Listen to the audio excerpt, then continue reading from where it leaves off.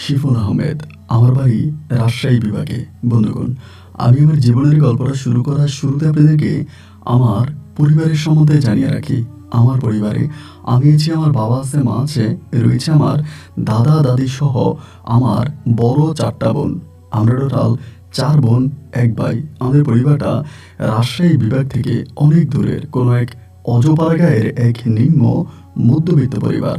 আমার বাবা পেশায় একজন ড্রাইভার।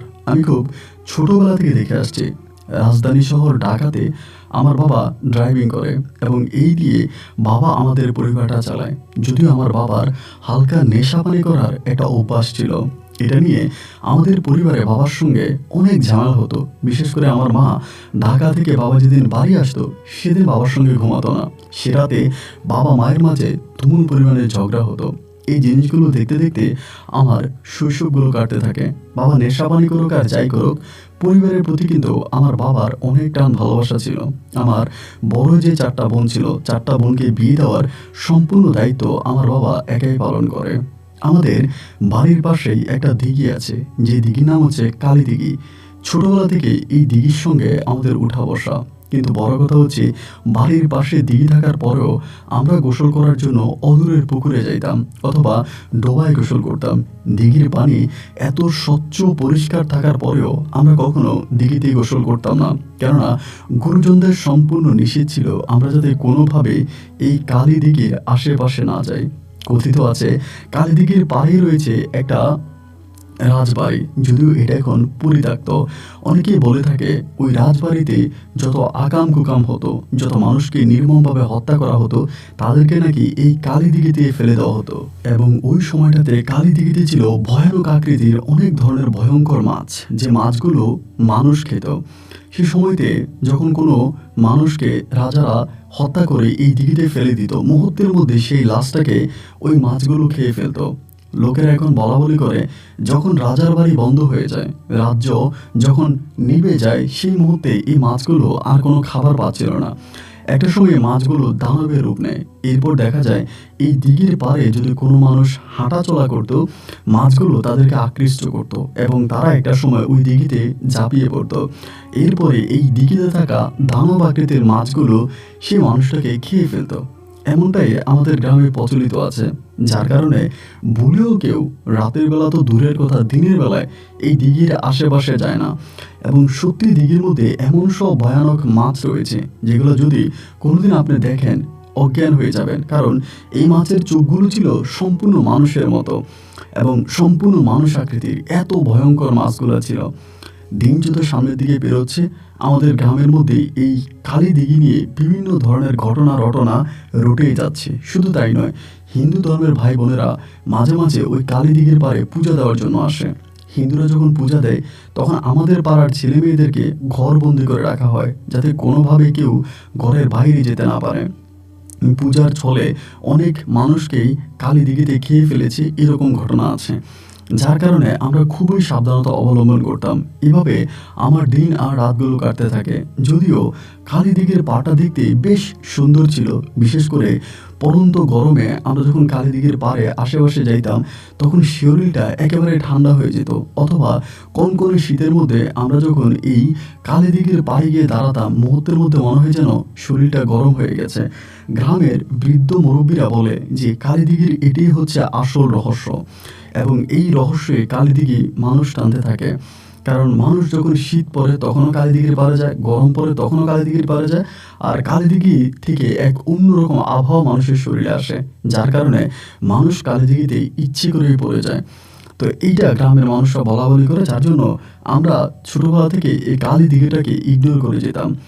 তো এই দিঘিটা কিন্তু আমাদের বাড়ি থেকে বেশ দূরে ছিল না। বিশেষ করে আমরা যে বাড়িতে বসবাস করি এটার পাশেই ছিল, মানে হেঁটে যেতে 30 সেকেন্ড বা 1 সেকেন্ড ঘর থেকে বেরোলে দেখা যায়। এরপরেও এটার 4-5টাতে মোটামুটি বাঁশ টাশ দিয়ে ঘেরাও করে রাখতো, যাতে কেউ ওটাতে যেতে না পারে, নামতে না পারে, এবং কোনো মহিলাও ওটার মধ্যে নামতো না। এটার কোনো পারও ছিল না ভাই। এভাবে সময়গুলো কাটতে কাটতে আমি আসলে ছোটোবেলা থেকে খুব বেশি দূর পর্যন্ত পড়াশোনা করি নাই। প্রাইমারি স্কুলে একটু পড়াশোনা করছিলাম, এরপরে ভালো গাইডলাইন না থাকার কারণে এবং পরিবারের মানুষের অতিরিক্ত ভালোবাসায় আমি ছোটবেলায় আমার শিক্ষা জীবনের সমাপ্তি ঘটাই। পড়াশোনা না করলেও আমি কিন্তু দুষ্ট ছিলাম না। অন্য বাচ্চারা যেরকম পড়াশোনা ছেড়ে দিয়ে গ্রামের দুষ্ট ছেলেদের সঙ্গে মিশে খারাপ কাজ করে, আমি কিন্তু তেমন ছিলাম না। যদিও আমি পড়াশোনা করি নাই বা পড়াশোনা করতে পারি নাই, আমি কিন্তু ৫ ওয়াক্ত নামাজ কালাম পড়তাম, মসজিদে যাইতাম এবং আমাদের গ্রামের যে ভালো ভালো লোকেরা আছে ওনাদের সঙ্গে উঠা বসা করতাম। এরকম করে আমার বয়স তখন প্রায় আনুমানিক ১৫ থেকে ১৬ বৎসরের কাছাকাছি। সেই সময়টাতে আমার বড় যে বোনগুলো ছিল, আমার সবগুলো বোনের বিয়ে হয়ে যায়। এই ১৫-১৬ বৎসর পর্যন্ত আমার বাবা কিন্তু অনেকবার চেষ্টা করেছিল আমাকে ঢাকায় নিয়ে যাওয়ার জন্য। ঢাকায় নিয়ে যাবে, আমাকে সেখানে চাকরি করাবে। বাবা যেহেতু ড্রাইভিং করে, আমাকেও ড্রাইভারি করাবে। এরকম পরিকল্পনা আমার বাবার ছিল। কিন্তু কোনোভাবে আমার মা আমার বাবার এই প্রস্তাবে রাজি হচ্ছিলেন না। মায়ের চিন্তাভাবনা, কোনো ছেলে যদি ড্রাইভার হয় তাহলে সে নেশা করবে। নেশা করা ছাড়া কোনো ড্রাইভার নাই। আর আমার মা আমাকে নেশা করতে দিবে না। আর সবচেয়ে বড় কথা হচ্ছে আমি পরিবারের একমাত্র ছেলে। আমার মায়ের ভয় হচ্ছে আমি যদি বাবার সঙ্গে ড্রাইভিং করতে গিয়ে মারা যাই, গাড়ি অ্যাক্সিডেন্টে আমি মারা যাই, এই ভয়ে আমার মা কোনোভাবে আমার বাবার ওই প্রস্তাবে রাজি হচ্ছিল না। বারবার একটা কথাই বলতেছিল যে, "আমি শিফুনকে এত কম বয়সে মরতে দিব না। আমি শিফুনকে আপনার সাথে দিব না।" বাবা বলার পরও মা দিত না। এভাবে ১৫-১৬ বৎসরে আমার জীবনে একটা অনাকাঙ্ক্ষিত ঘটনা ঘটে। ঘটনাটা হচ্ছে ঠিক এরকম। সন্ধ্যার তখন প্রায় খানিকটা আগে, আসরের নামাজের কিছুটা পরে। তো আসর নামাজের কিছুটা পরে আমি আসরের নামাজ পড়ছি। নামাজ পড়ে ওই কালীদিঘির পাড় দিয়ে হেঁটে হেঁটে আসতেছি। এমন সময়ে হঠাৎ করে আমি খেয়াল করে দেখলাম কি জানি কালীদিঘির মাঝখানের ভিতরে মানে উঠতেইছে। মনে হয় যেন নিচের থেকে ভাব উঠতেছে, এমন একটা অবস্থা। আমি ভালো করে তাকিয়ে দেখলাম যে আমাদের মনে হয় যেন কোনো একটা বাচ্চা কালীদিঘির মাঝখানে ডুবে যাচ্ছে। এবং কালীদিঘিতে নামা কিন্তু সম্পূর্ণ নিষেধ এবং এটা সবার জন্য নিষেধ ছিল। এরপরও আমি কোনো নিষেধের তোয়াক্কা করলাম না। নিষেধের তোয়াক্কা না করে চিৎকার দিয়ে লাফ দিয়ে ওই পাঞ্জাবি, পায়জামা আর টুপি পরা অবস্থায় কালীদিঘিতে ঝাঁপ দেই। এবং কালীদিঘিতে ঝাঁপ দিয়ে আমি কোনোমতে সাঁতরিয়ে মাঝখানে গিয়ে ওই বাচ্চাটাকে উদ্ধার করে নিয়ে আসি। এই বাচ্চাটা ছিল আমাদের গ্রামেরই একটা বাচ্চা। বাচ্চাটাকে উদ্ধার করে আনার পরে বাচ্চার বাবা মা যথারীতি অনেকটা খুশি হয়। তখন সবার মনে একটা প্রশ্নই জাগে, কালীদিঘির চারপাশে আমরা বেড়া দিয়ে রেখেছিলাম। এমন একটা বাচ্চা যে মাত্র হাঁটি হেঁটে পাপা করে হাঁটা শিখতেছে, এই বয়সে একটা বাচ্চা কালীদিঘিতে গেল কি করে? তার তো কালীদিঘিতে যাওয়ার কথা না। এবং সে এই দিঘির মাঝখানে কিভাবে চলে গেল? এই প্রশ্নটা সবাইকে তখন ভাবাচ্ছিল। তারপরও বাচ্চার বাবা মা বাচ্চাকে বুকে পেয়ে আমাকে খুব দোয়া করলো আমার জন্য। ওদের দোয়ায় কি আমার এরকম হলো তা ঠিক জানি না। এরপরে যথারীতি আমি রাতের বেলায় প্রতি রাতের মতো খাওয়া দাওয়া করে ঘুমাইতে গেলাম। যখনই আপন ভাই আমি চোখটা বন্ধ করলাম, তখনই আমার চোখের সামনে এক ভয়ঙ্কর দৃশ্য ভেসে আসলো। আমি দেখলাম মুখ আকৃতির একটা মানুষ আমার কাছে আসছে। এসে আমাকে বলতেছে, "তুই আমার খাবার নষ্ট করছিস, তুই আমার খাবার নষ্ট করছিস, আমি তোরে খাবো, আমি তোরে খাবো, তুই আমার খাবার নষ্ট করছিস, আমি তোরে খাবো।" এরকম করে করে আমাকে ভয়ভীতি দেখাচ্ছিল। আমি স্বপ্নের মধ্যে এই জিনিসগুলো দেখে লাফ দিয়ে উঠি। তখনই আমার মা আর দাদি দৌড়িয়ে আমার ঘরে আসে এবং আসার পরে জিজ্ঞেস করে কি হয়েছে। আমি বললাম যে আমি এমন এমন ঘটনা দেখছি, এই স্বপ্নগুলো দেখছি। আমার দাদি তখন আমার বলে, "তুই নামলি কেন? কালো দিঘিতে, এই কালী দিঘিতে কেউ তো নামে না, তুই কেন নামলি? এই বাচ্চার জীবন বাঁচাতে গিয়ে তুই তো নিজের জীবনে মৃত্যুর দিকে ঢেলে দিলি, এটা তুই কেন করলি?" দাদি আমার সাথে মোটামুটি বেশ উচ্চ সুরে কথা বলতেছিল। আমি দাদির কোনো কিছুই বললাম না। এমন করেই প্রায় পুরো রাতে আমি এই স্বপ্নটা দেখি। আমি সারাটা রাত ঘুমোতে পারিনি। সকালবেলা আমার দাদি তখন আমাকে নিয়ে এক কবিরাজের বাড়ি রওনা দিয়েছে। আমি দাদিকে বললাম যে, "দাদি আমি যাব না।" এরপরও দাদি জোর করে আমাকে সাথে করে দাদির বাপের বাড়িতেই এক ভালো মানের কবিরাজ আছে, সে কবিরাজের কাছে নিয়ে যায়। এবং কবিরাজের কাছে নিলে পরে কবিরাজ তখন আমাকে পানি পড়া, তাবিজ, তুমান এটা ওইটা দিয়ে দেয়। এই জিনিসগুলো নিয়ে আমি তখন বাড়িতে আসি। কিন্তু এরপরেও আমার কোনো কাজ হয় না। আমার কোনো কাজ হয় না। আমার কেন জানি এই কালো দিঘি আমাকে টানতে থাকে ভাই। আমি ঠিকমতো কাজ করতে পারি না বা ঘরে থাকতে পারি না। এবং ঘরে থাকলে মনে হয় যেন আমার শরীরটা জ্বলে। আমার শরীরের ভিতরে মনে হয় কে যেন লবণ লাগিয়ে দিয়েছে। এমন একটা অবস্থা। আমি ঘরে থাকতে পারি না। আমি বারবার কালীদিঘির পাড়ে গিয়ে বসে থাকি। এবং কেন জানি আমি জানি না, আমি মনের ভুলে কালীদিঘির পাড়ে চলে যাই। আমি ধরেন যাচ্ছিলাম মসজিদে নামাজ পড়তে। এই সময় আমি কালীদিঘির পাড়ে গিয়ে ওখানেই বসে থাকি। নামাজও পড়ি না। তো কেন কালীদিঘি আমাকে এইভাবে টানে এটা আমি নিজেও বুঝতে পারি না। সবাই তখন কথাবার্তা বলে বা আমার দাদি, আমার বাবা যারাই আছে সবাই খুব টেনশনে পড়ে যায়। আব্বা সেই সময় বাড়িতে ছিল। আব্বাও তখন বাড়িতে আছে। আব্বাও চিন্তা করতেছে কি করা যায়। এখন যেহেতু আমার এরকম একটা অবস্থা হয়ে গেছে, শেষ পর্যন্ত মা নিরুপায় হয়ে আমার আব্বারে বলল, "আপনি শিবনের শহরে নিয়ে যান।" আপনি শিপনের শহরে নিয়ে যান, শহরে নিয়ে ওরে কিছু একটা করান। আমার মা শুধু আব্বার অনুরোধ করলো, আপনি ওরা কোনো ড্রাইভারের কাজে দিয়েন না। আমি চাই না আমার ছেলে ড্রাইভিং করে মারা যাক, অ্যাক্সিডেন্ট করুক। এটা আমার ইচ্ছা নাই। আপনি যদি পারেন ওর অন্য একটা কাজ দিয়েন, তারপরও এখান থেকে নিয়ে যান। এখানে থাকলে ও মারা যাবে। আমার মা আমারে খুব আদর করতো ভাই, এত আদর করতো যা ঠিক বলার মতো না। এরকম করার পরে আমার আব্বা তখন আমাকে এই ঢাকায় নিয়ে যাবে। আমি যেতে চাচ্ছি না, আমি যাবো না। আব্বারে বারবার বলি আমার যেতে ইচ্ছে করে না, আমার নিয়ে না। তারপরও আব্বা জোর টোর করে আমাকে ঢাকায় নিয়ে যায়। ঢাকায় যাওয়ার পরে আমার আব্বা তখন ড্রাইভিং করতো, আমাকে একটা বাসায় রাখছে।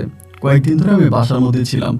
আব্বু তখন বলতেছে, তুই কি করবি, কোনো কাজ বাজ করার সিদ্ধান্ত নিয়েছিস? আমি বললাম যে আমি কি করব, আপনি যেই কাজ দেন আমি সেই কাজে দিব, সেই কাজে করব। আমার আব্বা বলে, তোর মা তো তোর ড্রাইভিং করাইতে মানা করছে, তোরা গাড়িতে মোটর লাইনে নিতে মানা করছে, তুই কি মোটর লাইনে যাবি? আমি বললাম না, মা যদি মানা করে আমি তাহলে মোটর লাইনে যাব না। আব্বা বলে, তা মোটর লাইনে না গিয়ে কি করবি? আমি বললাম, আপনি অন্য কোনো একটা কাজের ব্যবস্থা করেন, আমি মোটর লাইনে না যাই। এবার আব্বার আরও কিছু পরিচিত ড্রাইভাররা ছিল, ওরা সবাই পরামর্শ দিল, একটা কাজ করো, ওরে আমাদের সামনে যে একটা নতুন মার্কেট হয়েছিল ওই সময়, মানে আব্বার যে ডিফুর সামনে একটা খোলামেলা একটা জায়গা, ওখানে একটা মার্কেট হয়েছিল। ওই মার্কেটে নাকি সিকিউরিটি গার্ড লাগবে। তো সেখানে অনেকে বলা বলি করতেছে, তোমার ছেলে তো দেখতে শুনতে লম্বা আছে এবং ওর বডি টডিও ভালো, একটা কাজ করো, ওখানে সিকিউরিটি গার্ডের চাকরি দিয়ে দাও, এবং সিকিউরিটি গার্ডের চাকরি অনেক ভালো, মানে বেতনটা অনেক ভালো। আব্বা তখন আমাকে জিজ্ঞেস করে, কি ব্যাপার শিপন, সিকিউরিটি গার্ডের চাকরিতে যাবি? আমি তখন আব্বারে বললাম যে সিকিউরিটি গার্ডের চাকরি করলেও তো তাও মায়ের কথা রাখা হবে, আমি সিকিউরিটি গার্ডের চাকরি করব।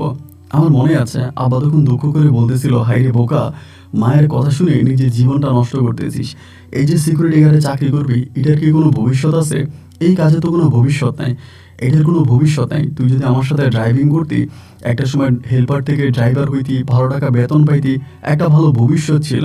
কিন্তু এই সিকিউরিটি গার্ডের কিসের ভবিষ্যৎ? তারপর আমি আবার বললাম যে না, মা যেহেতু বলছে আমাকে মোটর লাইনে না যেতে, আমি মোটর লাইনে যাবো না, আমি সিকিউরিটি গার্ডে চাকরি করব। এরপরে আব্বা তখন বললো কি, আমাকে ওই সিকিউরিটি গার্ডের চাকরিতে কথাবার্তা বললো, সেখানকার যে লোক আছে তাদের সঙ্গে কথাবার্তা বললো, বলে আমাকে সিকিউরিটি গার্ডের চাকরিতে তখন দিয়ে দিল। আমি তখন সিকিউরিটি গার্ডের চাকরিতে জয়েন করলাম, এবং জয়েন করার পরে প্রথমত আমরা 4 জন মিলেছিলাম। 4 জন 4 কোণায় দাঁড়াইতাম, মানে মার্কেটের 4 কোণায় দাঁড়াইতাম, এবং দাঁড়িয়ে ওখানে প্রায় আমি 6 থেকে 7 মাসের মতো ডিউটি করি। তো 6-7 মাস ডিউটি করি, বেতনটা অত ভালো পাই না। ওইখানে আমার সঙ্গে আরেকটা ছেলে কাজ করতো, না হচ্ছে হাকিম ভাই, ওনার বাড়ি বরিশালে। হাকিম ভাই তখন করলো কি, এখান থেকে আরেকটা বাড়িতে চলে গেছে, মানে একটা বাড়ির দারোয়ানের কাজে গেছে। যাওয়ার পরে হাকিম ভাই আমারে বলে যে, শিপন ভাই একটা কাজ করেন, আপনিও চলে আসেন আমার সঙ্গে, এখানে বেতনটা অনেক ভালো, দেখা যায় এখানে কাজ করলে ভালো টাকা বেতন পাবেন, এখানে চলে আসেন। যখন আমাকে ওই হাকিম এই কথা বললো, আমি তখন আব্বার সঙ্গে আলোচনা করলাম যে, আব্বা, হাকিম ভাই আমার এমন এমন বলতেছে, উনি নাকি কোথায় চাকরি করে, কোন বাড়িতে, ওখানে নাকি বেতন ভালো, আমি কি ওখানে চলে যাব? আব্বা তখন চিন্তা ভাবনা করে দেখলো ওই মার্কেটটা ওরকম দোকান টোকান ভাড়া হয় নাই, চলে না, এবং ওভাবে সিকিউরিটি গার্ডদেরকে বেতনও দেওয়া হয় না। আব্বু তখন আমার বললো, তাহলে এটাই কর, তুই নেলে ওই তোর হাকিম ভাই যেটা বলছে ওইখানে কাজে ঢুকে যা। পরে আমাকে একটা হাকিম ভাই আমাকে একটা বাড়িতে নিয়ে যায়। ওই বাড়িটা ছিল কি ভাই জানেন, এটা মানে আপনার এমন একটা এরিয়াতে ছিল, এরিয়াটা এখনও ওভাবে জাঁকজমট হয়ে ওঠে নাই, তবে মোটামুটি ভালোই আছে। এবং ওই এরিয়াতেই তখন একটা বাড়িতে আমাকে তখন সিকিউরিটি গার্ডে চাকরি দেওয়া হয়। এবং বাড়ির যিনি বাড়িওয়ালা ছিলেন, ইনি আপনার 5 ওয়াক্ত নামাজ কালাম ওয়ালা মানুষ, খুবই ধর্মীয় একজন ব্যক্তি। তো উনি যখন আমাকে এই বাড়িতে সিকিউরিটি গার্ডের চাকরি দেয়, উনি শুধু আমাকে একটা কথাই বলছে যে, শিপন সাহেব, আমাদের এই বাড়িটা বেশি একটা ভালো জায়গায় না, আমাদের বাড়িটা বেশি একটা ভালো জায়গা না, এখানে বিভিন্ন ধরনের ছল চাতুরি হতে পারে, আপনি নিজেই চোখ কান খোলা রেখে চাকরি করবেন, আর ভুলেও কোনো কিছুর ফাঁদে পড়বেন না। এই কথাটা যখন উনি আমাকে বলে, আমি তখন চিন্তা করতেছিলাম যে কথাটা আমাকে কেন বললো, মানে মানিটা কি, কোনো কিছুর ফাঁদে পড়বে না, এই কথাটা আমাকে কেন বললো? আমার কাছে তখন ভাই মনে হলো কি, যে সম্ভবত এরকম হতে পারে যে এটা যেহেতু শহরের একটা বাড়ি, ওখানে বিভিন্ন ধরনের দান্দাবাজ প্রতারক থাকতে পারে, এরা সম্ভবত মানে উৎপেতে আছে বাড়িতে কোনো একটা ঝামেলা করার জন্য, এই জন্য মনে হয় বাড়িও আমাকে এই কথাটা বলছিল। এটা আমার প্রথম ধারণা ছিল। এই ধারণা থাকার পরে আমি তখন ডিউটি শুরু করি। তো এটা যেহেতু নতুন, মানে ওরকম একটা বাড়ি, তো দেখা যায় যে দিনের বেলা আমার ডিউটি নাই। মালিক আমাকে সবসময় বলে যে, শিপন সাহেব, উনি খুব সুন্দর করে আমাকে শিপন সাহেব বলতো, যদিও আমি পেশায় ছিলাম একজন দারোয়ান। আমাকে বলতো, আমার তো বাড়িতে দিনের বেলায় কোনো কাজ নাই, কাজ তো সবই তো রাতের বেলায়, আপনি একটা কাজ করেন, দিনের বেলায় ঘুমিয়ে যান, দিনের বেলায় কোনো কাজ করতে হবে না, আপনি দিনের বেলায় ঘুমান এবং আপনি রাতের বেলায় ডিউটি করবেন। তো মালিক যখন এটা আমারে বললো, আমি তখন কি করতাম, দিনের বেলায় ঘুমাইতাম। দিনের বেলা একেবারে নাক ডেকে ঘুমাইতাম, কোনো কাজ কাম করতাম না। রাতের বেলায় উঠতাম, রাতের বেলা উঠে আমি ডিউটি করতাম। এভাবে ১ দিন, ২ দিন, ৩ দিন করে সময়গুলো অতিবাহিত হচ্ছে। এভাবে সময়গুলো পার হতে, হতে বেশ অনেকগুলো দিন কেটে গেল। এবার এই জায়গাটা আরো অনেকটা জমজমাট হয়ে গেল। পিছনে একটা মার্কেট হলো, আরো কয়েকটা বাড়ির কাজ শেষ হলো, ভাড়াটিয়া আসলো। মোটামুটি আগের থেকেও জায়গাটা বেশ খানিকটা জমজমাট হয়ে গেছে।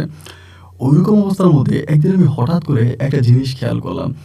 রাত তখন আনুমানিক প্রায় ৯টা ৮টা থেকে ৯টার মতো বাজে। এই সময় আমি যে বাড়িতে দারোয়ানি করি, বাড়ির সামনে একটা খোলা মাঠের মতো জায়গা আছে। ওই মাঠের একটা কোণার ভিতরে একটা মেয়ে ডিম বিক্রি করে এবং যে মেয়েটা ডিম বিক্রি করে ওই মেয়েটা খুবই পর্দাশীল। মানে বোরকা পরে আছে, হিজাব পরে আছে এবং দেখে মনে হচ্ছে খুবই ধর্মী এবং পর্দাশীল একটা মেয়ে। ওখানে দাঁড়িয়ে, দাঁড়িয়ে ডিম বিক্রি করতেছে। তা আমি তখন চিন্তা করলাম যে মেয়েটার তো আগে কখনো দেখি নাই, এই এলাকায় আগে কখনো দেখি নাই, বা এখানে কেউ ডিম বিক্রি করতে আগে দেখি নাই। এই প্রথম দেখলাম কেউ এখানে ডিম বিক্রি করতেছে, তা এই মেয়েটা কে? আমার নিজের মাঝে তখন প্রশ্ন জাগলো। এরপরে একদিন রাতের বেলা আমি মেয়েটার সঙ্গে কথা বলার জন্য যাই। যেখানে দাঁড়িয়ে মেয়েটা ডিম বিক্রি করে সেখানে যাই। যাওয়ার পরে সুন্দর করে সালাম দিই, সে সালামের উত্তর নেয়। পরে আমি বললাম যে, আপা কিছু মনে করবেন না, আপনাকে তো এই এলাকাতে আমি আগে দেখি নাই, আপনি এখানে ডিম বিক্রি করতেছেন, আপনার বাসা কোথায়? পরে আমার জিজ্ঞেস করতেছে যে ভাই কেন, বাসার কথা কেন জিজ্ঞেস করতেছেন? আমি তখন বললাম যে না, আপনি এখানে ডিম বিক্রি করতেছেন, আপনার বাসা কোথায় সেটা না জানলে তো কেমন দেখায়, আপনার বাসাটা কই? আর আমি এই বাড়ির সিকিউরিটি, এই বাড়ির দারোয়ান, তো বাড়ির নিরাপত্তার খাতিরে আপনাকে জিজ্ঞেস করতেছি যে আপনার বাসাটা কোথায়। পরে আমার বলতেছে ভাই আমার বাসা এখান থেকে অনেক দূরে। তো মেয়েটা যে বাসার ঠিকানা আমাকে দিল, আমি তখন বললাম যে আপনি সেই ঠিকানা থেকেই এখানে সেখানে ডিম বিক্রি করতেছেন, আপনি সেখানেই তো ডিম বিক্রি করতে পারেন, কারণ সেটা তো আরও বেশি জমজমাট। পরে আমার বলে ভাই আমার ওখানে বিক্রি করতে কিছু সমস্যা আছে, এই জন্য আমি এখানে ডিম বিক্রি করি, তাকে আপনাকে আমার টাকা দেওয়া লাগবে? আমি বললাম যে না, না, না, আমাকে টাকা দিবেন কেন? আপনি যে জায়গায় দাঁড়িয়ে ডিম বিক্রি করতেছেন এটা একটা সরকারি জায়গা, ওখানে দাঁড়িয়ে ডিম বিক্রি করলে আপনি আমারে কোনো টাকা দিতে হবে না। আচ্ছা ঠিক আছে, আমি তো এই বাড়িতে দারোয়ানি করি, যদি রাত বিরাতে আপনি তো এখানে ডিম বিক্রি করেন, এই এলাকায় অনেক খারাপ ছেলেফেলেও আছে, যদি কোনো ঝামেলা হয় আমার ডাক দিয়েন, আমি আপনাকে সাহায্য করব। বলে আচ্ছা ভাই ঠিক আছে, ধন্যবাদ। এটা বলার পরে আমি তখন আমার এরিয়াতে চলে আসছি। আমার এরিয়াতে আসার পরে আমি তখন আমার বাসা পাহারা দিতেছি। এভাবে প্রায় ২ থেকে ৩ দিনের মতো কেটে গেল। কিন্তু মেয়েটা আমাকে ডাক-ডুক দিল না। ২-৩ দিন কাটছে, আমি প্রতিদিনই গেটে দাঁড়িয়ে, দাঁড়িয়ে মেয়েটা দেখতাম। ওখানে দাঁড়িয়ে, দাঁড়িয়ে ডিম বিক্রি করে, রোদ হোক, বৃষ্টি হোক, যেমনই হোক, যেরকম ওয়েদারে থাকুক, ও কখনোই সে জায়গা থেকে লড়ে না। একই জায়গায় রাত ৮টা কি ৯টা বাজে আসবে, আবার অনেক বিক্রেতারা যারা এগুলো বিক্রি করে, এরা তো বিকেলবেলা চলে আসে। কিন্তু মেয়েটা সবসময় রাত করে আসতো এবং এত রাতে আসতো, আসার পরে সে ৩ থেকে ৪ ঘন্টা ডিম বিক্রি করতো, এরপরে সে চলে যেত। মাঠের ওখানে ছেলেপেলে আছে, খেলাধুলা করে, বা রাস্তা দিয়ে রিক্সা, সাইকেল এগুলো চলাফেরা করে, এরা তখন ওর কাছ থেকে ডিম কিনে খাইতো। দীর্ঘদিন অতিবাহিত হয়ে যাওয়ার পরে একদিন আমি তার কাছে ডিম খাওয়ার জন্য গেলাম। যেয়ে বললাম যে আমার একটা ডিম দেন। তাকে একটা ডিম দিল, দেওয়ার পরে সে আমার কাছ থেকে বিল নিচ্ছে না, ডিমের দাম নিচ্ছে না। আমি তখন বললাম যে ডিমের দাম নিবেন না কেন? বলতেছে না, না, আপনি একটা ডিম খাইছেন, আমার এই ডিমের দামটা দেওয়া লাগবে না। আমি তখন বললাম কেন নিবেন না, তার কারণ কি? পরে বলতেছে যে আমি এখানে ডিম বিক্রি করি আর আপনি তো আমারে পাহারা দেন, আপনি তো এখানে দাঁড়ায় আমারে পাহারা দেন, আমার কোনো একটা বিপদ হলো তো আমি আপনাকে ডাকবো, এই জন্য আমি আপনার কাছ থেকে ডিমের টাকাটা নিব না। আমি তখন বললাম দেখেন এটা ঠিক না, আমি আপনার কাছ থেকে এভাবে ডিম খাবো না, আমি ৫ ওয়াক্ত নামাজ কালাম পড়া একটা ছেলে এবং এগুলো আমার পছন্দ না, আপনি মেহরবানি করে আমার ডিমের টাকাটা নিয়ে যান। এইভাবে একরকম চোরাচুরি করে তার আমি ডিমের টাকাটা দিয়ে দিই। ডিমের টাকাটা দিয়ে আমি তখন আবারও ডিউটি করতে শুরু করি। এভাবে দিবানিশি সময়গুলো কাটতেছে আর আমি মাঝে মাঝে আমার ওই গেট ছেড়ে আমি তার কাছে চলে যাই, তার সঙ্গে বসে কথা বলি, সে ডিম বিক্রি করে, তার সঙ্গে আলাপ আলোচনা করি। এভাবে করতে করতে করতে করতে অনেকগুলো দিন যাচ্ছে আর একটা পর্যায়ে তার প্রতি আমার এক ধরনের দুর্বলতা বাড়তেছে, এক পর্যায়ে ভালোবাসা বাড়তেছে। তো আমি যখন তারা জিজ্ঞেস করলাম যে তার গ্রামের বাড়ি কোথায়, তখন সে আমাকে গ্রামের বাড়ির ঠিকানা বললো। তো আমি বললাম যে আপনার গ্রামের বাড়িতে কে আছে? বলে গ্রামের বাড়িতে আমি ছোটবেলা থেকে আমার বাবাকে দেখি নাই, আমার মা আর আমি থাকতাম, একটা সময় আমার মা মরে যায় এবং আমার মা মরে যাওয়ার পরে আমি তখন ঢাকাতে চলে আসি। আমি বললাম তারপর? বলে ঢাকাতে আসার পরে এখানে একটা মহিলা আমাকে নিয়ে যায় এবং তারা তাদের মেয়ে হিসাবে আমাকে বড় করে। তো যে মহিলা আমাকে নিজের মেয়ে হিসেবে বড় করে, ওই মহিলা খুব গরিব মানুষ ছিলেন, একটা কারখানায় চাকরি করতেন এবং মহিলার যে জামাই ছিল সে রিক্সা চালাতেন, তারা অনেক গরিব ছিলেন। তারপরও তারা আমাকে নিজের মেয়ের মতো খুব কষ্ট করে লালন পালন করে বড় করে। আজ আমি বড় হয়েছি, আমি নিজে কিছু একটা করে তাদেরকে সাহায্য করি।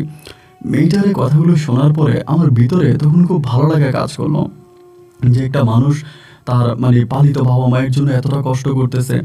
আমার তখন কেন জানি না ভিতরে মেয়েটার জন্য খুব আবেগ কাজ করতো।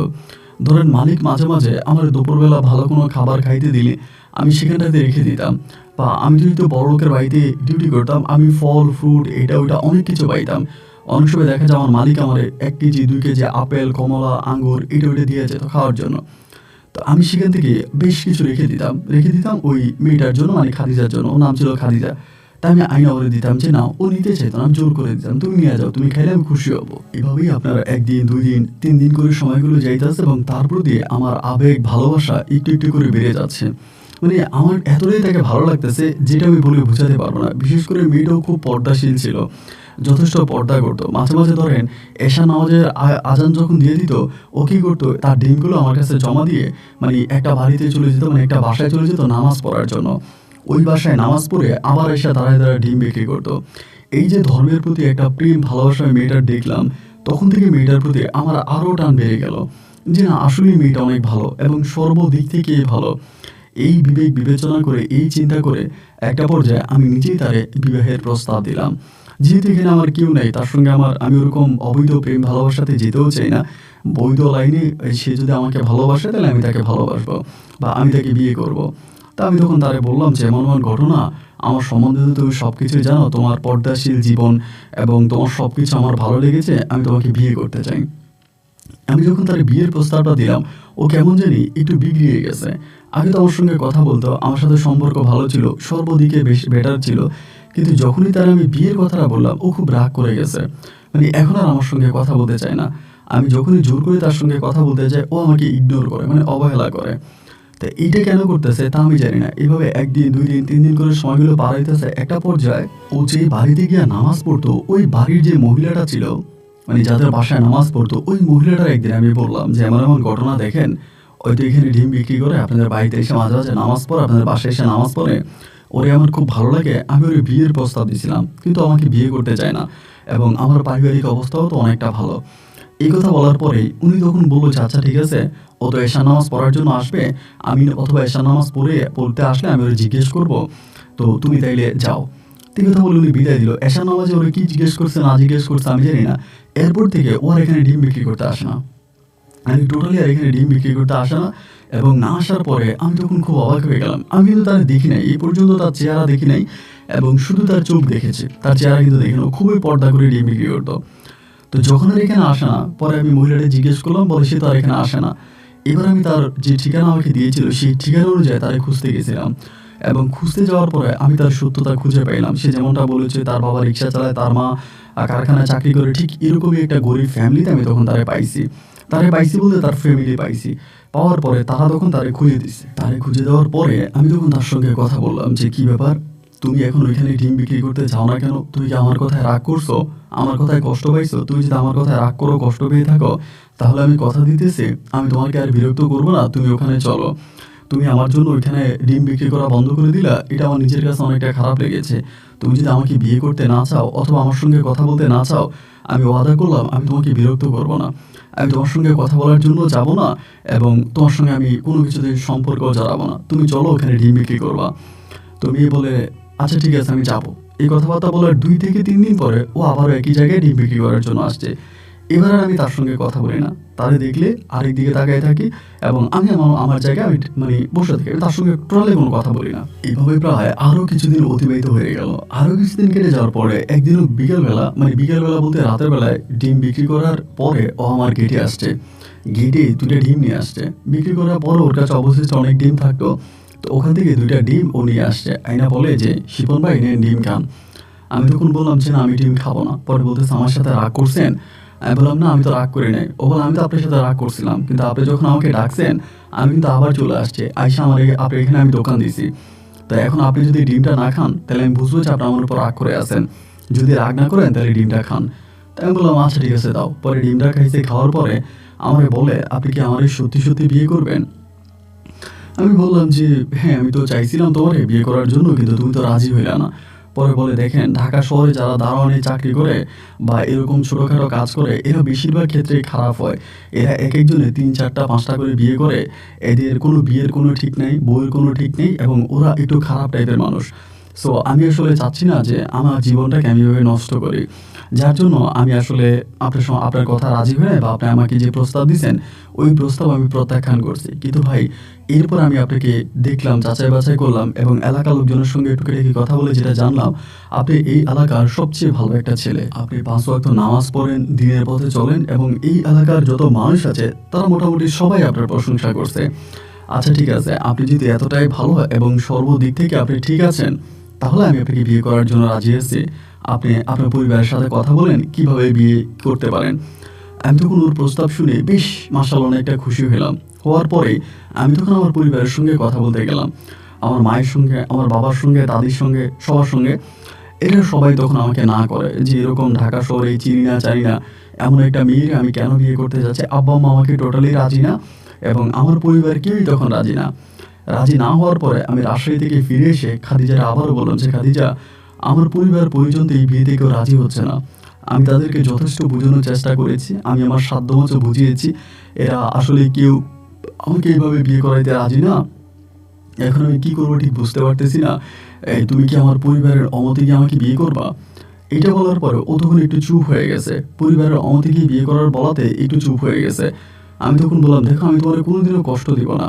আমি তোমাকে আমার নিজের বউ এবং আমি তোমাকে সম্পূর্ণ বউয়ের মর্যাদাটাই দিব। তুমি আমাকে বিয়ে করো। এমন করে যখন কথাবার্তা বলতেছে, ও তখন বলে, আমার একটা শর্ত আছে। আমাকে বলে, আমি তখন বললাম, শর্তটা কিসের শর্ত? ও আমাকে বলে, শর্ত হচ্ছে আমি যতক্ষণ পর্যন্ত না চাই আপনি ততক্ষণ পর্যন্ত আমার সাথে স্বামী স্ত্রীর সম্পর্ক করতে পারবেন না। আমি বললাম, মানে আমি তো তোমার কথাবার্তা ঠিক বুঝতে পারলাম না, তুমি কি বলতে চাচ্ছ? ও আমাকে তখন বলে, আমি বলতে চাচ্ছি এইটা যে আমি যতক্ষণ পর্যন্ত না চাই আপনি ততক্ষণ পর্যন্ত আমার সাথে কোনো রকমের স্বামী স্ত্রীর সম্পর্ক করতে পারবেন না। তখন আমি ভাবলাম কি যে মেয়েটা যেহেতু মানে আমি তারে মানে এরকম আমার ফ্যামিলি ছাড়া বিয়ে করব, আর ও তো আগেই বলেছিল ঢাকা শহরে যারা দারোয়ান চাকরি করে বা এরকম ছোটোখাটো চাকরি করে এরা বেশিরভাগ ক্ষেত্রেই খারাপ হয়।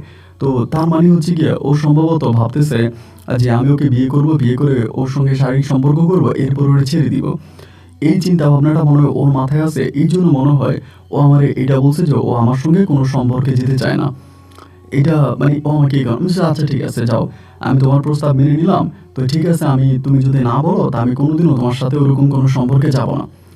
তো এটা বলার পরে এরপরে হলো কি ও আমার সঙ্গে বিয়ে করতে রাজি হলো। তো আমরা একটা মসজিদে গিয়ে একটা হুজুরকে সাক্ষী করে ওর গ্রামের ঠিকানা অনুযায়ী কলমা কাবিন করে একরকম আমি তাকে বিয়ে করি। এবং বিয়ে করার পরে তার বাবা মাও কিন্তু থাকে না, আমার পরিবারের কেউ থাকে না। আমার কিছু পরিচিত লোকজন আছে, তাদের মাধ্যমে তাদেরকে সাক্ষী বাকি করে তখন আমি বিয়ে করি। আমার বিবাহটা সম্পন্ন হলো এবং বিবাহ সম্পন্ন হওয়ার পরেই আমি তখন ওরে নিয়ে বাসর ঘরে গেলাম। বললাম যে বাসরটা তো ঘরে যাই, অন্য কোনো সম্পর্ক না হোক। বললো আচ্ছা ঠিক আছে। পরে বাসর ঘরে যাওয়ার পরে ও যখন আমার সামনে বসলো, এই প্রথম আমি ওর চেহারা দেখলাম। আমি এতদিন পর্যন্ত কিন্তু ওর চেহারা দেখি নাই। এই প্রথম তার চেহারা দেখে আমার কাছে মনে হলো যে এটা আসলেই কোনো মানুষ না। মানে ওর যে অদ্ভুত চেহারা ছিল, এটা সম্পূর্ণ একটা পরী বা অন্য কোনো জিন-টিন হবে। ওর মানুষের চেহারা কখনোই এরকম হতে পারে না। মনে হয় যেন ওর মুখের মধ্যে লাইট ফিট করা, মানে ওর মুখের মধ্যে আলো ফিট করা এবং ওর মুখের ভিতর থেকে এক ধরনের অলৌকিক আলো বেরিয়ে আসতেছে। মানে এত সুন্দর, এত মায়াবী ওর চেহারা। আমি যতই চেহারার দিকে তাকাচ্ছি ঠিক ততটাই অবাক হয়ে যাচ্ছি, একটা মানুষ কিভাবে এতটা সুন্দর হতে পারে। এত মিষ্টি, এত সুন্দর, এত ভালো ওর চেহারা। তা আমি ওর মুখের দিকে তাকায় আছি যে এটা মানুষ কিভাবে এত সুন্দর হয়। তো এরপরে আমার কাছে কিছুটা কেমন যেন একটু সন্দেহ লাগছে যে কিছু একটা এখানে হতে পারে। এবং তার চেহারার সঙ্গে তার যে পায়ের নখগুলো ছিল, এই পায়ের নখগুলো স্বাভাবিক মানুষের মতো ছিল না। পায়ের নখগুলো অনেকটা আঁকা-বাঁকা ছিল এবং কিছুটা আমার কাছে অদ্ভুত রকমের মনে হয়েছে। মানে একটা স্বাভাবিক মেয়ের মাঝে যা আছে আমি তার মাঝে তা দেখতে পাই নাই। আমি অদ্ভুত আকৃতির, ভয়ানক আকৃতির কোনো কিছু দেখতে পাইছি। তা আমি তখন ধরে নিলাম যে আসলেই তার মাঝে কোনো সমস্যা আছে। তো কোনো কিছু না বুঝে এই বাসর ঘরেই কিন্তু তার আসল চেহারাটা কিছুটা আমার চোখে উন্মোচিত হয়। আমি তো কোনো কিছু বললাম না। তো ভাইগুলো আমার যে বাসা দিছে ওই বাসায় আমি তখন ওরে নিয়ে থাকতেছি। ওর বাবা মা আসে যায়, ও আমার সঙ্গে থাকতেছে, কিন্তু ওর চলাফেরা চাল চলন কিছুটা অস্বাভাবিক মানুষের মতো। আমি বারবার এটা বলি। এভাবে ওকে বিয়ে করার প্রায় 15 দিন পরে আমার বাবা মা তখন এই বিয়ের খবর জানতে পারে, এবং বিয়ের খবর জানার পরে আমার মা তখন আমার বউ সহ আমাকে বাড়ি নেওয়ার জন্য উঠে পড়ে লাগে। আমার আব্বারে বলে, আমি শিবনরে বাড়িতে নিয়ে যাব, আপনি শিবনরে দিয়ে দেন, আমি শিবনরে বাড়িতে নিয়ে যাব। পরে মা আমার বাড়িতে নিয়ে যায় এবং আমি তখন খাদিজারে নিয়েই একসঙ্গে বাড়িতে যাই। তো বাড়িতে যাওয়ার পরেই আমি যেদিন খাদিজাকে নিয়ে যাই, এই পর্যন্ত কিন্তু খাদিজার সঙ্গে আমার কোনোদিন স্বামী স্ত্রীর সম্পর্ক হয় নাই, এবং আমি ওই শরীরেও হাত দিতে পারতাম না। ও কেমন জানি রাতের বেলায় ঘুমানোর সময় একটা গোংরানো গোংরানো ভাব করে ঘুমাইতো। মনে হয় যেন মানে একটা পুরুষ ঘুমাইলে যেরকম নাক ডেকে বা যেমন করে ঘুমায়, ও ঠিক তেমন করে ঘুমাইতো। কেন এরকম করে ঘুমায় এর কোনো কিছু কিন্তু আমি নিজেও বুঝতে পারতাম না। তো ঠিক আছে, আমি স্বাভাবিকভাবে আমার ওরে নিয়ে আমি তখন বাড়িতে গেছি। বাড়িতে যাওয়ার পর যেটা হইলো কি ভাই, ও বেশিরভাগ সময় ওই কালী দিঘির পাড়ে গিয়ে বসে থাকে। যেটা যে দিঘির পাড়ে যাওয়া নিষেধ, এবং সবাইকে বলা হয়েছে যে দিঘির পাড়ে যাওয়া যাবে না। ছোটবেলা থেকে যেটা আমাদের কাছে একটা পরিত্যক্ত বা বিষাক্ত দিঘি আমরা সবার মুখে শুনতাম। ও করে কি বেশিরভাগ সময় গিয়ে না ভাই ওই দিঘির পাড়ে বসে থাকে। তা আমার দাদি বা অন্যরা যারা আছে সবাই ওরা মানা করে যে তুই এত দিঘির পাড়ে যাস কেন, ওইখানে তো যাওয়া ভালো না, এবং সবার তো ওইখানে যাওয়া নিষেধ, তুই এখানে যাস কেন। কিন্তু ও কারো নিষেধ মানে না, ও বারবার ওই দিঘির পাড়ে গিয়ে বসে থাকে এবং ওখানে গিয়ে ও চুপচাপ হয়ে বসে থাকে। তো আমি ওরা একটা সময় বললাম যে তুমি কেন এই দিঘিতে যাও, সবাই তো এই দিঘিতে তোমাকে যাইতে মানা করে, এরপরে তুমি দিঘিতে যাও কেন বা এই দিঘির পাড়ে কেন যাও।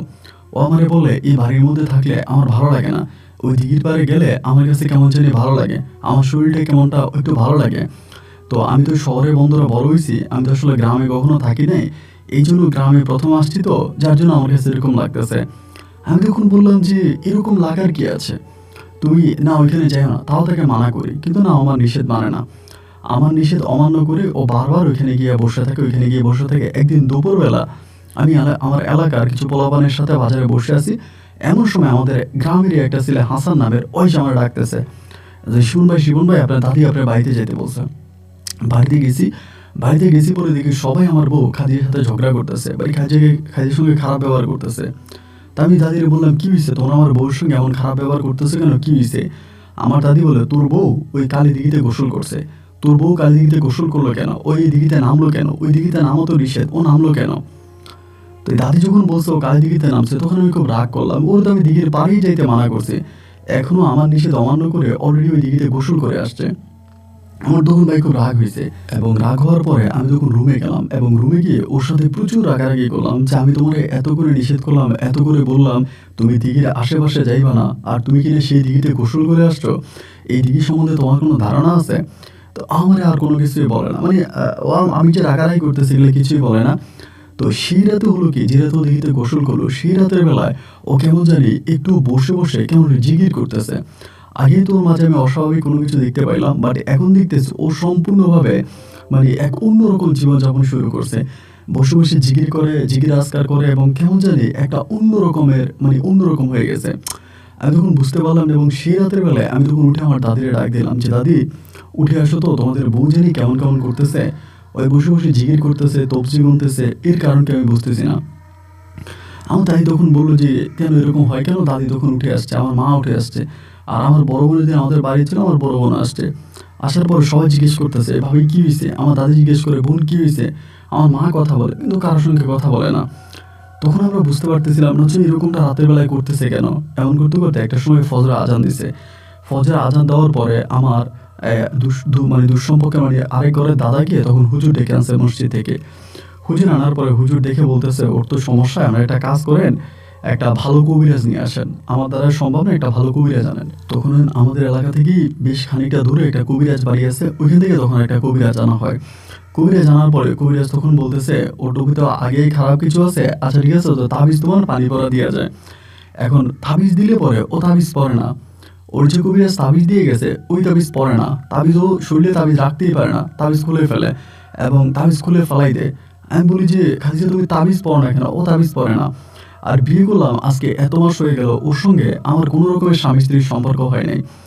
এবার দেখা গেল কি জানেন, ওই তাবিজ তো পরেই না, পানি পড়া খাই না, এবং এখনো করে কি সকাল থেকে রাত অবধি পর্যন্ত ওই দিঘিতে গিয়ে বসে থাকে। মানে হঠাৎ করে এরকম একটা অভ্যাস ওর মাঝে চলে আসছে। ওরে আমরা ঘরে ধরেও রাখতে পারি না, ওরে ঘরে বাইরেও রাখতে পারি না। ও করে কি সকাল থেকে রাত অবধি পর্যন্ত এই দিঘিতে গিয়ে বসে থাকে। যেই দিঘির পাড়ে মানুষ দিনের বেলায় যায় না, দিঘির পাড়ে হাঁটে না, সেই দিঘির মধ্যে ও গিয়ে বসে থাকে। তো এমন করে যখন সময়গুলো কাটতেছে আমরা সবাই তখন একটু অবাক হয়ে গেলাম, কি ব্যাপার, ও এমন করে কেন? আমার মা তখন আমাকে গালাগালি করে, দাদি খারাপ ব্যবহার করে, তুই কোত্থেকে ধরে নিয়ে আসছিস, ওর সাথে জিন আছে, ওর সাথে ভূত আছে, ও কোনো স্বাভাবিক মানুষ নয়, ও অস্বাভাবিক, এগুলো সবাই বলতেছে। তো আমি তো নিজেও বুঝতেছি ওর সঙ্গে কিছু একটা আছে। তো এখন আমি কি করবো, ধরেন আমার কথা তো কেউ শুনতেছে না। তো ওরে যতই টাইনা টুইনা কোনো রকমের বাড়ি টাড়ি না, ও আবার দিঘিতে, আমি টাইনা ওরা বাড়িতে না, ও আবার দিঘিতে, মানে ও দিঘি দিয়ে বসে থাকে, টোটালি দিঘি থেকে উঠেই না, ওরে কেউ দিঘি থেকে উঠে আনতে পারি না। এইভাবে আরো কয়েকটা দিন কেটে গেছে, এবং আরো কয়েকটা দিন কেটে যাওয়ার পরে ও কি করে আবার রাত্রে উঠে চলে আসে, ধরেন মাগরিবের আজানটা দিবে, উঠে চলে আসবে, আবার ফজর আজানের পরে পরে ওখানে গিয়ে বসে থাকবে, খাবেও না। তো এখন ওরে বিয়ে করে আনছে, ওর বাপের ঠিক নাই, মায়ের ঠিক নাই, এমন একটা জায়গা থেকে আনছি না, আমি কি করবো বলেন, ওরা ফালাইতেও পারি না। এই করে সময়গুলো কাটতে কাটতে হঠাৎ করে একটা সময় আমি এক অন্যরকম কিছু অনুভব করলাম, যে ওর পেটটা অনেক বড়, মানে পেটটা অনেক বড় হয়ে আছে, এবং দেখে মনে হচ্ছে ওর পেটের মধ্যে বাবু, মানে পেটের মধ্যে বাচ্চা। এই অবস্থাতে কি রে, ওরে বিয়ে করলাম আজকে এত মাস হয়ে গেছে, প্রায় বছর খানিকের মতো হয়ে গেছে, আমি তো কোনোদিন ওর সাথে শারীরিক সম্পর্ক করতে পারি নাই, ওর শরীরেও হাত দিতে পারি নাই। রাতের বেলায় শরীরে হাত দিলে আমাকে ধাক্কা দিয়ে ফেলে দিত, আমার সাথে দুর্ব্যবহার করতো, খারাপ ব্যবহার করতো। তাহলে ওর পেটে এখন বাচ্চা আসলো কোথেকে, এবং এই বাচ্চা আসার কারণটা কি, মানে কেন বাচ্চা আসছে, আমি কোনো কিছুই বুঝতে পারি না। না পারার পরে আমি তখন জিজ্ঞেস করলাম যে খাদিজা, তোমার হইছেটা কি, আমাকে বলবা, তোমার পেটে বাচ্চা আসে কোত্থেকে? ওই তখন আমার কিছুই বলে না, মানে বাচ্চার বিষয়ে কেউ কথা বলতে গেলে ও আমার সাথে কথা বলে না। তো গ্রামের মানুষ, তো গ্রামে বসবাস করি, আমার দাদি মা যারা আছে তারা সবাই বলতেছে ও খারাপ কাজ করছে, ও যে দিঘিতে বসে থাকে এবং দিঘিতে খারাপ কাজ করছে, কোনো না কোনো পুরুষ ওর সঙ্গে খারাপ কাজ করছে, এই জন্য ওর পেটে বাচ্চা আসছে। আমারও তখন তাদের কথা বিশ্বাস হলো যে একটা মানুষ যদি কোনো পুরুষের সঙ্গে না মিশে, একটা মেয়ে তাহলে বা একটা মহিলা, তার পেটে বাচ্চা আসবে কোত্থেকে? অবশ্যই কোনো না কোনো পুরুষের সঙ্গে ওর খারাপ সম্পর্ক ছিল, অবৈধ সম্পর্ক ছিল, সেই অবৈধ সম্পর্কের সূত্র ধরে ওর পেটে বাচ্চা আসছে। এটাই হচ্ছে মূল কারণ। আমি তখন এটাই চিন্তা করতেছিলাম, এবং এই করে আমি তখন আর তার সঙ্গে রাতের বেলায় থাকি না। তখন কি করে, রাতের বেলায় ঘরে আসে, আমি ওর সঙ্গে ঘুমাই না। এভাবে যখন আমি ওকে অবহেলা করতে থাকি, ইগনোর করতে থাকি, একটা সময় হলো কি, ওই দিঘির পাড়ে বসে থাকতো, রাত দিন মিলিয়ে দিঘির পাড়ে বসে থাকে, এবং তখন ওর পেটের অনাগত সন্তানটা আস্তে আস্তে করে বড় হচ্ছিল, গ্রামে গঞ্জে তখন পুরো এলাকাতে ছড়িয়ে পড়ে। আর এরই মাঝে আমিও সবার কাছে বলে দিই, আমার দাদির কাছে, আমার মায়ের কাছে, আমি সবার কাছে বলি, আমি তো ওর বিয়ে করার পরে কোনোদিন ওর হাতেও ধরি নাই, ওর সঙ্গে কখনো আমি স্বামী স্ত্রীর সম্পর্ক করি নাই, তাহলে ওর পেটে বাচ্চা কোত্থেকে আসলো, এই বাচ্চা আমার না, আমি এটা অস্বীকার করি। এবং অস্বীকার করার পরে তখন সবাই তখন এক বাক্যে হলো কি, যে ওরে মানতে শুরু, মানে ও বলে যে ও খারাপ, ওই খারাপ, এবং খারাপ ভেবে ওরে তখন আর আমাদের গ্রামের মধ্যে বা আমাদের বাড়ির মধ্যে কেউ আর ঢুকতে দেয় না। ও তখন করলো কি, দিঘির পাড়ে একটা ছোট ঘর বানাইছে, যে দিঘিতে ও গোসল করছে বা যে দিঘিতে বসে থাকতো, ওই কালী দিঘি, ওই কালী দিঘির পাড়ে একটা ঘর বানাইছে, ঘর বানাইয়া ওইখানে বসে থাকে। ওইখানে বসে থাকতে থাকতে একদিন হলো কি, সাইফুলের মা বলে আমাদের গ্রামের এক মহিলা আছে, এই মহিলা বিভিন্ন বাড়িতে যায়, বিভিন্ন মানুষের সঙ্গে মিশে, বিভিন্ন মানুষের কথাবার্তা বলে, এরকম আর কি, সবাই তারা সাইফুলের মা বলে।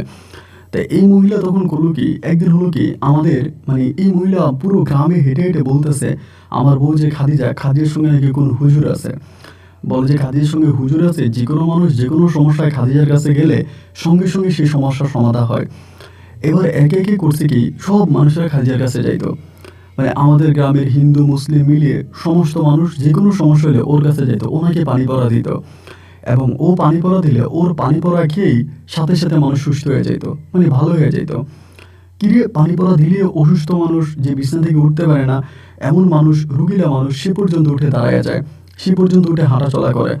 আমি তখন বুঝতে পারলাম না যে কী ব্যাপার, ওর মাঝে এমন কি হলো, কি ক্ষমতা চলে আসলো, আর মাঝে এমন কি ঘটলো যে এরকম করে সবার মন জয় করে নিয়েছে, এবং গ্রামের জোয়ান বৃদ্ধ সব বয়সী মানুষ ওর কাছে যাইতেছে। ও যে পানিতে ফু দিয়ে দিবে, ওই পানি খেলেই মানুষের সমস্যার সমাধান হবে। কিন্তু পর্দা করতো, নামাজ পড়তো, ওইটার পাড়েই বসে থাকতো। একে একে মানুষ যাচ্ছে যাচ্ছে যাচ্ছে যাচ্ছে, মানে সবাই যাইতেছে ওর কাছে। আমি তখন বুঝতে পারলাম না যে ঘটনা কি, এবং এমন করতে করতে তখন আমার পরিবার পরিজন তারাও তার কাছে যেতে শুরু করছে। এমন করে একটা পর্যায়ে আমার দাদি তখন বলতেছে ওর সঙ্গে নাকি অন্য কোনো কিছু এসেছে ওরে বাড়িতে আনার জন্য, ওরে বাড়িতে নিয়ে আনতে। পরে আমি বললাম যে একদিন, যে খাদিজা, আমার সঙ্গে বাড়িতে চলো, যা হবার যেটি হয়েছে আমি তোমার মেনে নিব, তোমার পেটের সন্তান সব মেনে নিব, তুমি চলো। ও বাড়িতে আসবে না, যতই জোরাজোরি করতেছি, যতই টানাটানি করতেছি, তুমি বাড়ি চলো, এখানে বসে থাকো, মানুষে খারাপ বলে, বিভিন্ন লোকেরা উল্টাপাল্টা কথা বলে, তুমি বাড়িতে চলো না। ও বাড়িতে যায় না। যায় না, কোনোভাবে আমি ওরা আর বাড়িতে আনতে পারি না।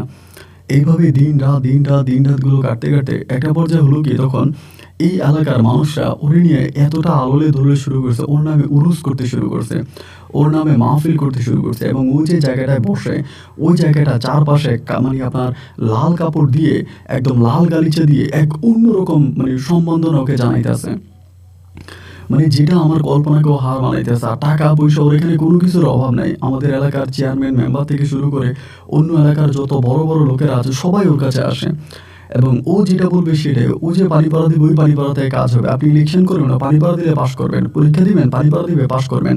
আপনার ভিতরে রোগ আছে, ওর পানি পাড়া খাবেন, আপনি ভালো হয়ে যাবেন। মানে এমনই এক কুসংস্কার আমাদের পুরো গ্রামের মধ্যে ছড়িয়ে পড়ে। তো তখন কী করবো আমি তখনও বুঝতে পারতেছিলাম না। এভাবে ওর পেটের সন্তানটা বড় হতে হতে একটা সময় ওর একটা পুত্র সন্তান হলো, মানে একটা ছেলে হলো। সবার মতো করে আমিও একটা সময় ছেলেটাকে দেখার জন্য গেলাম। ওর যে ছেলেটা হয়েছে সেটা দেখতে গেলাম। দেখতে যাওয়ার পর দেখলাম যে ছেলেটা স্বাভাবিক কোনো ছেলে নয়। মানে ছেলের চুল, মাথার চুল, চলাফেরা বা সব কিছু পুরো অস্বাভাবিক মানুষের মতো, সম্পূর্ণ অস্বাভাবিক একটা মানুষের মতো এই ছেলেটার। তো তারপরও আমি আর কোনো কিছু বলি না। তো গ্রামের সবাই তখন ওরে নিয়ে আসে। ছেলেটা আস্তে আস্তে করে বড় হইতেছে। ছেলেটার বয়স তখন প্রায় আনুমানিক 2 থেকে 2.5 বছর হবে। ওই ছেলেটাকে নিয়েই বসে থাকে এবং ওইখানেও দরবেশের কাজ করে। এটা সত্যি যে ও যেটা বলতো সেটা হইতো, মানে যাকে যেরকম কথা বলতো সে সেরকমই ফল পাইতো। এরকমটা আমাদের গ্রামেরও অনেকের সঙ্গে ঘটেছে, আমাদের ঘনিষ্ঠ লোকদের সঙ্গে, তারাও বলছে। তা 2.5 বছর যখন বয়স ছেলেটার, তখন আমার মা আর আমার বাবা সবাই তখন আমার চাপ দিতেছে, ওরে ঘরে নিয়ে আয়, ওরে বাড়ি নিয়ে আয়। ও যদি আমাদের বাড়িতে আসে, ঘরে আসে, তাহলে আমরা ওরে দিয়ে অনেক টাকা ইনকাম করতে পারবো, এবং ওরে দিয়ে আমরা বড় লোক হয়ে যাবো। আমার আব্বা মা বলতেছে। তখন আমি চিন্তা করলাম যে কথাটা তো আসলে খারাপ বলে নাই। যে কোনোভাবে হোক যদি ওরে আমি একবার নিয়ে আসতে পারি, তাহলে আমাদের সব কিছু পাল্টে যাবে, আমরা অনেক টাকার মালিক হয়ে যাব এবং মোটামুটি সব কিছু ঠিক হয়ে যাবে। এরকম একটা চিন্তা ভাবনা তখন আমার মাঝে চলে আসে। আসার পরে একদিন আমি ওর যেখানে বৈঠকখানা, ওই বৈঠকখানায় গিয়ে ধরলাম যে, খাদিজা, আমি তোমার বিয়ে করছি, আমি তোমার স্বামী, তুমি আমার সঙ্গে চলো। জোরাজুরি করতেছি না, ও আসবেই না। তখন আমি কি করলাম, জোর করে ওরে আমি ঘরে নিয়ে আসছি। মানে ওরে আনতে পারিনি, আমার যে ছেলেটা আছে আমি ছেলেটারে নিয়ে আসছি। দেখেন, আমি জানি না কেউ বিশ্বাস করবে কি করবে না। আমি সম্পূর্ণ জোর করে ছেলেটারে ওর কাছ থেকে আমি কেড়ে নিয়ে আসি। কেড়ে আনার পরে আমি তখন এই ছেলেটাকে নিয়ে ঘরে গেলাম। মানে আমি যে ঘরে ওর কাছ থেকে জোর করে নিয়ে আসছি। ওই কিন্তু বাচ্চা মানে খুব কাড়াকাড়ি করছে রাখার জন্য। আমি রাখিনি, আমি বাচ্চাটাকে ওর কাছ থেকে একরকম জিম্মি করে জোর করে আমি নিয়ে আসি। আনার পরে রাতের বেলায় ওইটা আমার মায়ের সঙ্গে ছিল, আমার বাবার সঙ্গে ছিল, দাদির সঙ্গে ছিল। পরে আমি রাতের বেলায় তার নিয়ে ঘুমাইছি। রাতের বেলায় ঘুমানোর পরে রাত তখন আনুমানিক প্রায় 2টা থেকে 2:30 বাজে। বাচ্চা আমার সঙ্গে শুয়েছে, আমার সঙ্গে আছে। 2টা 2:30 বাজে হঠাৎ করে আমার তখন ঘুম ভেঙে গেছে। ঘুম ভেঙে যাওয়ার পরে আমি দেখি যে বাচ্চাটা নাই, কিন্তু আমার ঘরের দরজা লাগানো। আমি যে ঘরে ঘুমাইছি আমার ঘরের দরজাটা ভিতর থেকে লাগানো, এবং ভিতর থেকেই দেখি যে দরজাটা লাগানো আছে। দেখলাম যে বাচ্চাটা যখন দেখলাম নাই, তখন আমি একটু অবাক হয়ে গেলাম। কি ব্যাপার, বাচ্চা তো ভিতরেই ছিল, তাই বাচ্চা গেল কই? বাচ্চা নাই কেন? আমি তখন দরজা খুলে বেরিয়েছি, বেরিয়ে আমার আব্বা আমারে বলতেছি যে, আমার বাচ্চা কই? বাচ্চা তো রুমের মধ্যে ছিল, এখন যে বাচ্চা দেখতে পাচ্ছি না। আমার মা বলে, বাবা বলে, আমরা কেমনে জানি, আমরা তো দেখি নাই। তখন আমি দৌড় দিলাম ওই দিঘির পাড়ে, কালীদিঘির পাড়ে খাদিজা যেখানে বসে থাকতো, সেখানে গিয়ে দেখি কি, খাদিজার কোলে আমার বাচ্চা। আমি জানি না আপনি বিশ্বাস করবেন কিনা, যে ঘরের ভিতরে ঘরের দরজাটা ভিতর থেকে লাগানো, যদি কোনো না কোনোভাবে আমার ঘরে ঢুকে আমার বাচ্চা নিয়ে যাইতো, তাহলে তো ঘরের দরজাটা ভিতর থেকে লাগাইতে পারতো না। ঘরের দরজাটা ভিতর থেকে লাগানো, তাহলে বাইরে কিভাবে আমার বাচ্চাটা গেল, বাচ্চাটাকে কিভাবে নিল? আমরা তখন বুঝতে পারলাম যে না, ও কোনো স্বাভাবিক মানুষ নয়, ও সম্পূর্ণ অস্বাভাবিক মানুষ, সম্পূর্ণ অস্বাভাবিক। এবার আমরা রাতের বেলা সবাই ঘরে আসছি, আইসা আমরা সিদ্ধান্ত নিলাম যে না, যেহেতু ঘরের দরজাটি এভাবে লাগানো ছিল, এই লাগানো অবস্থায় বাচ্চাটা নিয়ে চলে গেছে বা বাচ্চাটা ওর সাথে চলে গেছে, তার মানে ও তো স্বাভাবিক নেই, এবং ওর মাঝে অবশ্যই এমন কিছু আছে যেটা আমাদেরকে খুঁজে বের করতে হবে বা আমরা অন্য কিছু করব। তখন তো আমি পুরোপুরি শিওর, আগে তো আমি শিওর ছিলামই, তবে এখন আমি পুরোপুরি শিওর হয়ে গেছে। রাত বেরিয়ে সকাল হয়েছে, ফজরের পরে যখনই হঠাৎ করে ফজরের পরে আমার ঘুম ভাঙছে বা একটু একটু আলো হয়েছে, তখনই হঠাৎ করে গ্রামের ভিতরে এক অন্যরকম কথা শুনতেছি কি, খাদিজা আর খাদিজার ছেলেরে খুঁজে পাওয়া যাচ্ছে না। মানে ওর যে বৈঠকখানা ছিল, ও বৈঠকখানাতে ও নাই, ওর বাচ্চাও নাই, মানে ওইখানে দুজনের একজনও নাই। আমরা তখন সবাই মিলে দৌড়ে গেলাম, মানে দিঘির পাড়ে গেলাম। দিঘির পাড়ে গিয়ে দেখি যে আসলেই তাই, সবাই যা বলেছে তাই, দিঘির পাড়ে ও নাই, ওর বাচ্চাও নাই, এবং ওর যে আসনটা আছে, আসনটা পড়ে আছে। এবং এখানে যারা অনেকেই ওর ভক্তবৃন্দ যারা আছে, এরা কান্নাকাটি করতেছে। যে উনি চলে গেছে, উনি আমাদের অনেক উপকার করছে, এই করছে সেই করছে, সবাই কান্নাকাটি করতেছে।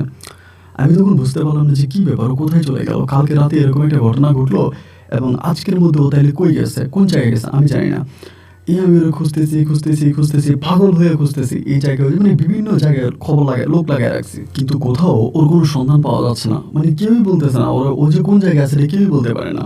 এই জায়গায় ওই জায়গায় অনেক জায়গায় আমি ওরা খুঁজছি, খুঁজতে সর্বশেষ না পাইয়া আমি পাগলের মতো হয়ে গেছি।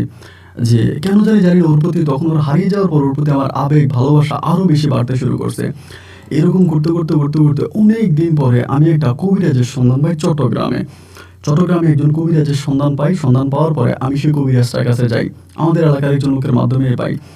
ওই কবিরাজের কাছে যাওয়ার পরে আমি কবিরাজটার পুরো বিস্তারিত যে ঘটনাগুলো আছে সব খুলে বলছি, যে এই ঘটনা সমস্ত কিছু করছে। উনি তখন আমারে বলে, দেখেন আমার ওই পুকুরের পানি লাগবে, যে পুকুরে আপনার বউ বসে থাকতো সবসময়, ওই পুকুরের পানি লাগবে।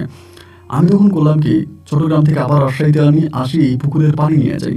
পুকুরের পানিটা নেওয়ার পর ওই পুকুরের পানিটা হাতে নিয়ে বলে, হ্যাঁ আপনার বউ এখনো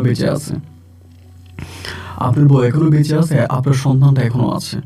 তো যাই হোক, যেটাই হোক, আমাকে একটা আমল শিখিয়ে দিল যে আপনি এই আমলগুলো করবেন, এই আমলগুলো যদি করেন তাহলে আপনার বউ আপনার কাছে আসবে, তবে এই আমলগুলো আপনাকে সঠিকভাবে করতে হবে।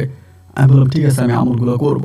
ওনার সাথে কথাবার্তা শেষ করে উনি আমাকে 41 দিনের আমল দিয়েছিল। মানে এটা একটা নামাজ, মধ্যরাতে উঠে আমাকে নামাজটা পড়া লাগতো। এমনি তো 5 ওয়াক্ত নামাজ পড়তাম, মধ্যরাতে এই নামাজটা পড়া লাগতো এবং নামাজের কিছু নিয়ম কারণ আমাকে শিখিয়ে দিয়েছে। এই নিয়ম কারণ শিখিয়ে দেওয়ার পরে 18 দিনের মাথায়, ওই কবিরাজ আমাকে যে নিয়ম কারণ শিখিয়ে দেয়, সেই নিয়ম কারণের 18 দিনের মাথায় আমি তখন ওর স্বপ্নে দেখি। 18 দিনের মাথায় ও তখন আমার স্বপ্নে আসে। স্বপ্নে এসে আমাকে বলে যে তুমি যে নামাজটা পড়তেছো, এই নামাজটা সারা জীবন পড়ে যাইবা এবং এই নামাজটা কখনোই ছাড়বা না।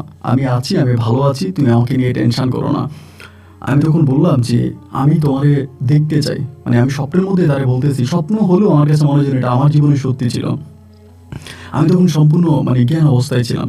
আমি বললাম যে আমি তোমারে দেখতে চাই এবং ও আমারে বলে যে ঠিক আছে, তুমি আমারে দেখতে পারবা, আমি সময় হইলে তোমারে ডাকবো, তুমি এখন আইসো না। এরকম করে আমি আমলটা করতেছি প্রায় 2.5 মাস অতিবাহিত হয়ে গেলে। এদিক দিয়ে কিন্তু আমার আব্বা আম্মা আমাকে বিয়ে করার জন্য খুব চাপ দিতেছে, আমি বিয়ে করবো না। 2.5 মাস পরও তখন আমারে ঠিকানা দিছে কোথায়, ইন্ডিয়ার একটা মাজারের ঠিকানা দিছে যে আমি অমুক মাজারে আসি, তুমি যদি পারো আমার কাছে আসো, আমার সঙ্গে দেখা করে যাও।